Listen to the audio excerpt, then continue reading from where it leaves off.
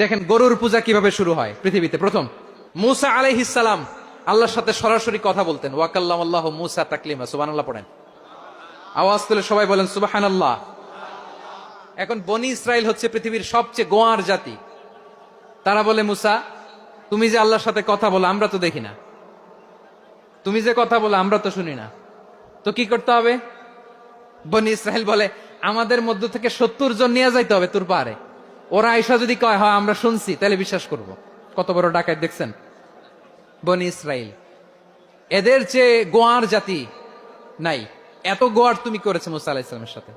তুমি যে আল্লাহর সাথে কথা বলে আমরা তো দেখি, কি করব? 70 জন আমাদের বন্ধু বান্ধব যে যদি দেখে, তারা বললে ওকে আস, 70 জন আস। 70 জন নিয়ে গেল। মুসা আলাইহিস সালাম হারুন আলাইহিস সালামকে খেলাফা দিয়ে গেলেন, আল্লাহ ওনাকে নবী বানালেন। মুসা আলাইহিস সালাম বললেন, হারুন খবরদার, বনি ইসরাইলের মধ্যে তাওহীদের বাণী প্রচার